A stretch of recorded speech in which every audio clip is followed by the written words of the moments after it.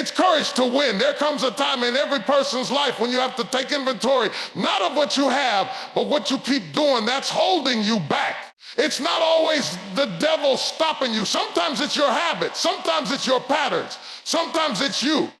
There are 4 things you have to stop doing immediately if you're going to step into the life God has already prepared for you. There is a dangerous trap many of us fall into, one that silently strangles our purpose and dilutes our calling. It's the need for approval from people who were never assigned to our destiny. Somewhere along the way, we began to believe that in order to be effective, we had to be accepted. We thought our power needed permission. But I came to tell you today, you must stop begging for acceptance from people who don't carry the keys to your future. You have to stop shrinking your purpose to fit their comfort zones. Some of the people you're seeking validation from were never meant to understand the language of your vision, because God never whispered it to them in this place. When you constantly seek approval, you become addicted to affirmation. And the problem with that is you hand over your joy, your direction, and your confidence to someone else's mood swings.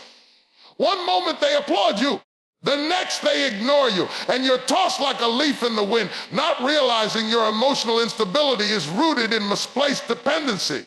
You cannot soar if you keep checking to see who's watching. You cannot walk into your divine assignment if your steps are tied to their applause. Sometimes God will hide your greatness on purpose. He'll make sure the ones around you can't see what's inside of you. Not because you're not worthy, but because he wants you to learn to walk by faith, not by fans. He wants you to obey his voice, not their opinions. Some people weren't assigned to bless you, they were assigned to test you. And if you're not careful, you'll start adjusting your posture, your message, your essence, just to get a seat at a table that was never meant to feed you. You'll end up trading authenticity for acceptance, and by the time you realize it, you won't recognize yourself anymore. Let them misunderstand you. Let them talk. Let them walk away. Because if they can't handle your potential, it takes courage to win. They surely handle your promotion. It get uncomfortable when you rise. They were never meant to rise with you. And hear me clearly, there is nothing wrong with you for wanting connection, but you must never confuse connection with confirmation. Just because someone is close doesn't mean they're correct. Just because they've known you for years doesn't mean they know the real you. People judge you by your history, but God calls you by your destiny, and his voice must always be louder than theirs. This is your season to stop trying to convince people who were never convinced in the first place. Stop editing your brilliance to make others feel secure. Stop dressing down your dreams so you can remain in rooms too small for what God has placed in your spirit. You don't need to be liked to be effective. Courage to win. You don't need to be invited to be anointed. You don't need to be seen to be significant. Heaven saw you before anyone knew your name. God validated you before you took your first breath. You were called, chosen, and set apart, not to be everyone's favorite, but to be faithful to the assignment on your life. So wipe your tears, straighten your back, and lift your head. You don't need their yes when you already have his. The moment you stop begging for approval is the moment you start walking in authority. This is not the time to explain yourself. This is the time to be yourself. Because destiny does not negotiate, purpose does not pause, and favor does not wait for applause. Walk like you're already accepted. Because in heaven's eyes, you are in, you already are. Some people are not stuck because of a lack of opportunity. They're stuck because they are chained to a memory. They are tied to a moment in time that went wrong, a mistake that left a scar, a betrayal that broke their trust, or a season that didn't turn out the way they expected. And without realizing it, they are carrying their past into every room they enter. Courage to win, dragging it into every relationship, every decision, every dream. You cannot walk in freedom while holding hands with your history. You cannot step into purpose while your feet are tied to pain. You have to stop allowing your past to poison your present. The past is real, yes. It happened. The pain was real. The disappointment was real. What they did you, what you did to yourself, what you lost, it was real. But just because it happened doesn't mean it has to keep happening. Some of us are not living in 2025. We're still mentally and emotionally stuck in 2012. Or 1997, or last month, or last night. We're rehearsing conversations that already ended. We're replaying scenes that already faded.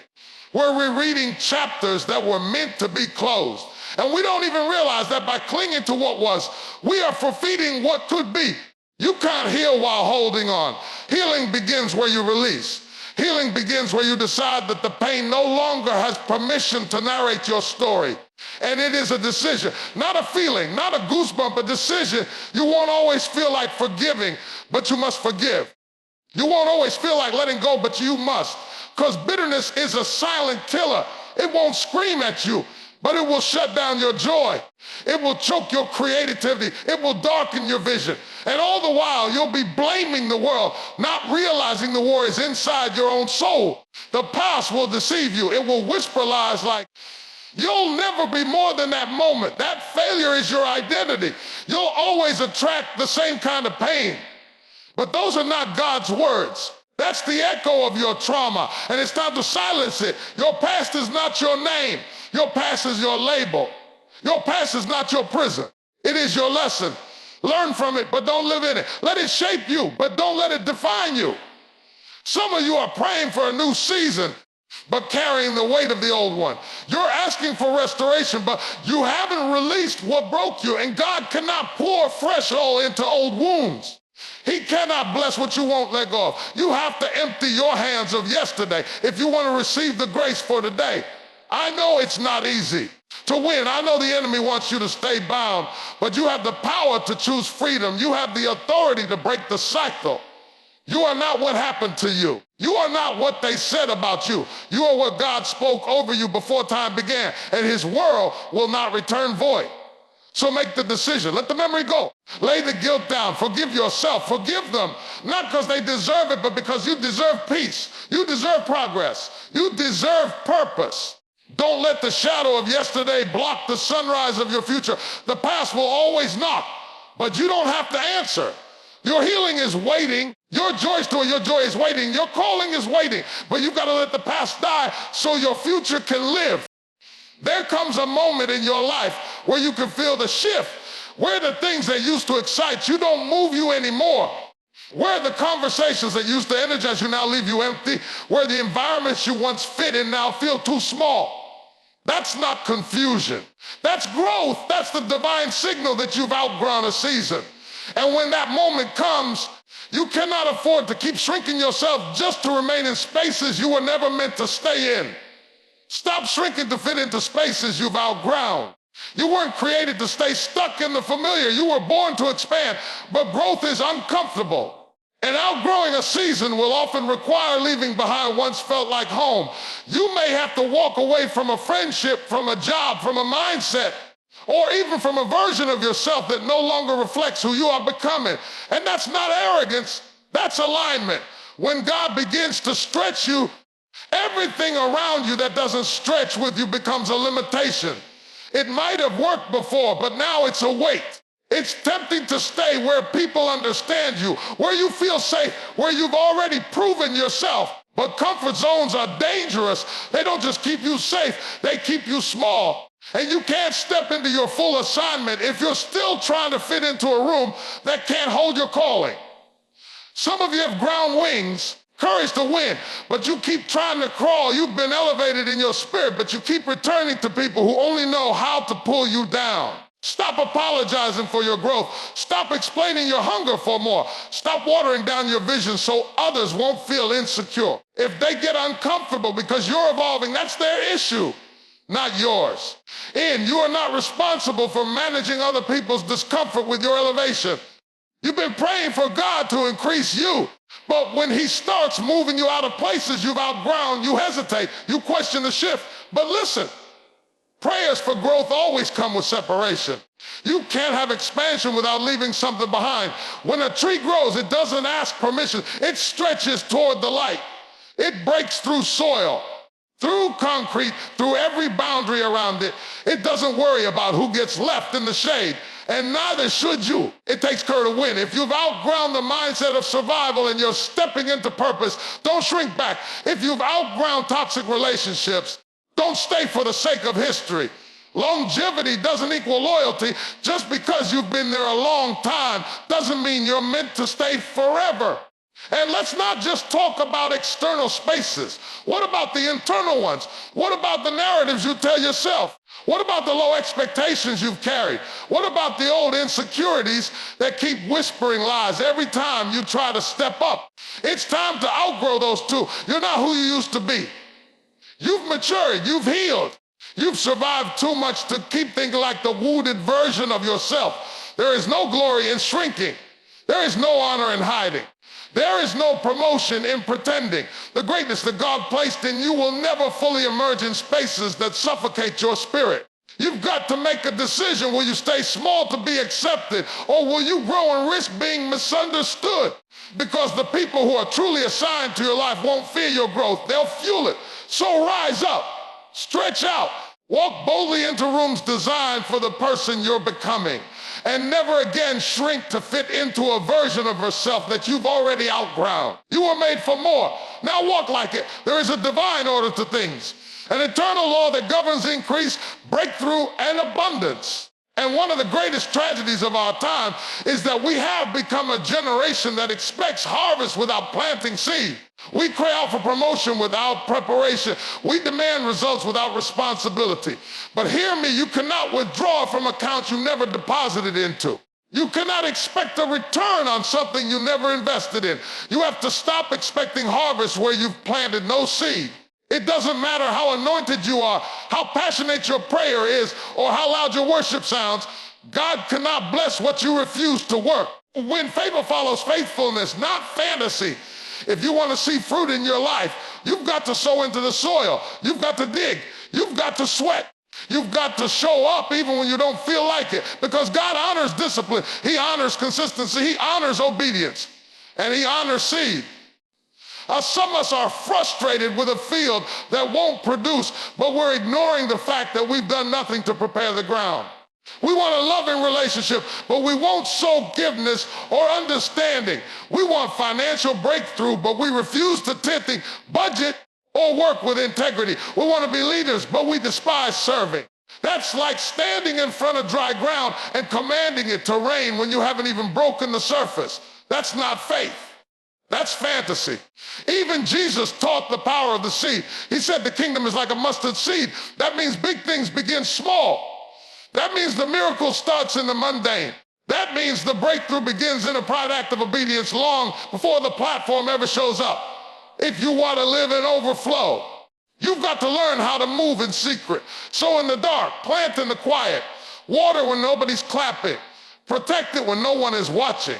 Because seed time always precedes harvest time. We don't like that word process, but the seed must be buried before it can break through. There's a hidden season before there's a public season. You may not see the results immediately, but doesn't mean the seed isn't working. It's working under the surface. It's forming roots. It's building strength. It's doing the invisible work that will later produce the visible reward. Don't despise your quiet season. That's the proving ground. That's where character is shaped. That's where your next level is conceived. The law of sowing and reaping is not just about money.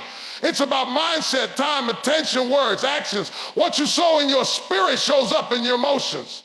What you sow in your relationships shows up in your peace. What you sow in your habits shows up in your destiny. And the seed doesn't lie. You can't fake the harvest. You either planted or you didn't. And when the season changes, the truth always comes out. So stop blaming the enemy for what you refuse to sow. Stop inviting other people's harvest when you didn't endure their planting season. Stop praying for fruit where you haven't made a sacrifice. The harvest is not a mystery. It's a mirror. It reflects what you've sown. And if you don't like what's growing in your life, then you need to change what you're putting in the ground. This is the time to get serious. This is the time to sow with intention, speak life, give generously, work diligently, serve humbly, dream boldly, love deeply. That's your seed. And if you're faithful to plant it, God will be faithful to multiply it, because he is Lord of the harvest. But you are the steward of the seed. And what you do with it will determine what grows next in your life. We live in a world that glorifies the hustle, idolizes the grind, and praises the appearance of being busy. But the truth is, being busy does not mean you are being effective. Running from task to task does not mean you're walking in purpose. You have to stop confusing being busy with being fruitful, because activity alone does not bring fulfillment. Alignment does. Motion is not the same as momentum. And there are many people worn out from movement but going nowhere. You can work yourself to the bone and still not see progress. You can check off every box, answer every call, attend every meeting, and still not bear fruit, because fruitfulness is not about how much you're doing. It's about what you're doing and why you're doing it. God is not impressed with your schedule. He's not moved by how many people need you. He's looking for obedience. He's looking for focus. He's looking for intentionality. And you cannot live a fruitful life when your energy is scattered and your attention is divided. Some of us are busy because we're afraid to be still.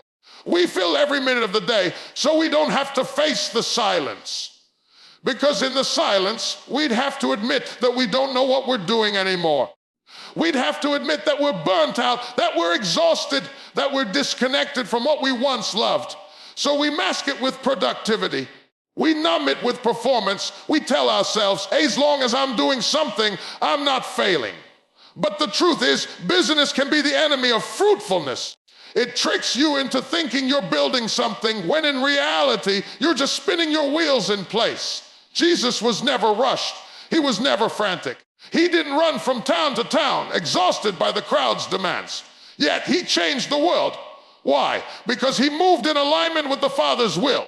He didn't waste energy on what didn't matter. He knew when to withdraw. He knew when to rest. He knew when to say no. And if the Son of God operated that way, why do we think we can live any differently? You have to stop saying yes to everything and everyone. You have to stop trying to do it all. Because the truth is, when you say yes to one thing, you are automatically saying no to something else. And sometimes your yes to distraction is a no to destiny.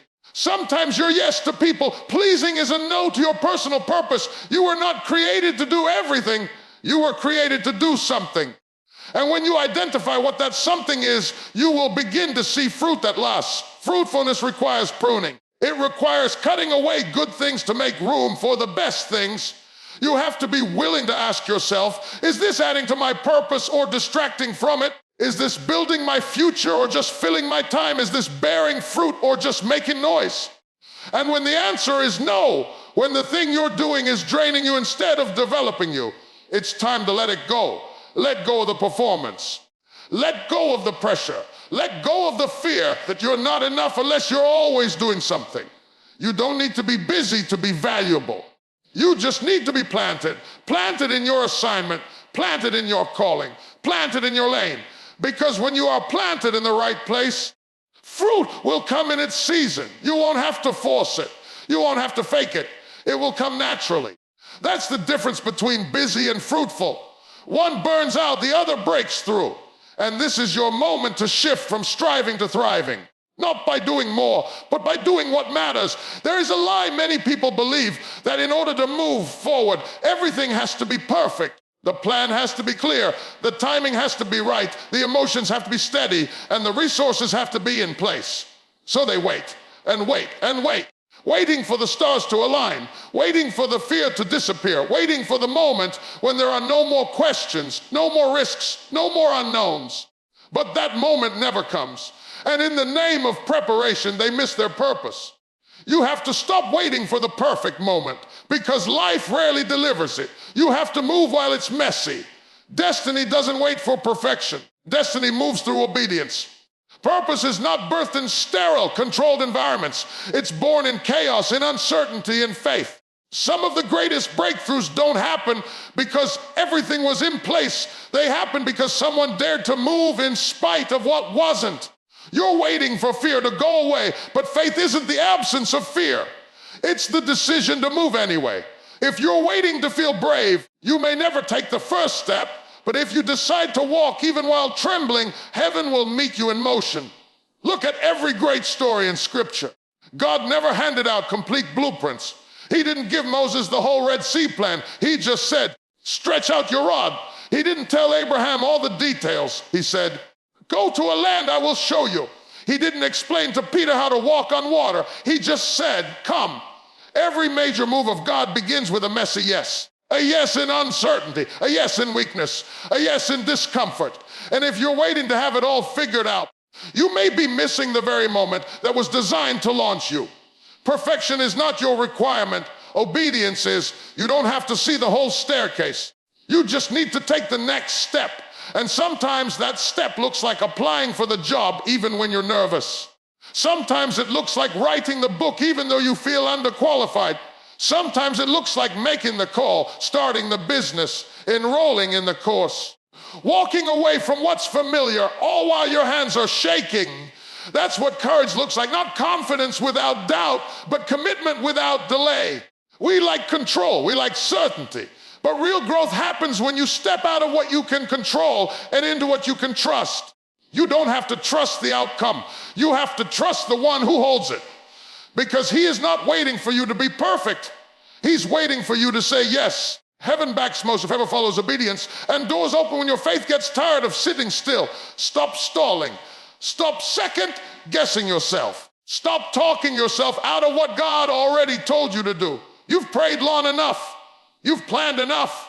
You've dreamed enough. Now it's time to move. And yes, it might be messy. You might fall. You might fail. You might cry, but you'll grow. You'll learn.